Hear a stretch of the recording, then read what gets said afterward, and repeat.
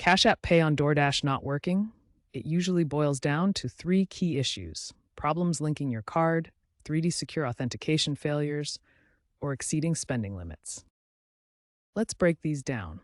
First, ensure your debit or credit card is properly linked and verified within the Cash App itself, not just on a web browser. Clear the app cache, update to the latest version, and try relinking the card after restarting your device. This resolves most card linking issues. If linking isn't the problem, it might be 3D Secure. 3D Secure is a security protocol requiring extra verification, like a one-time password. Make sure 3DS is enabled in your bank settings and that your phone number is verified in Cash App. EU users face stricter 3DS enforcement, so be extra diligent. Cash App has spending limits. Unverified accounts have very low limits. To fix this, upgrade to a verified account by providing the required ID information within the Cash App.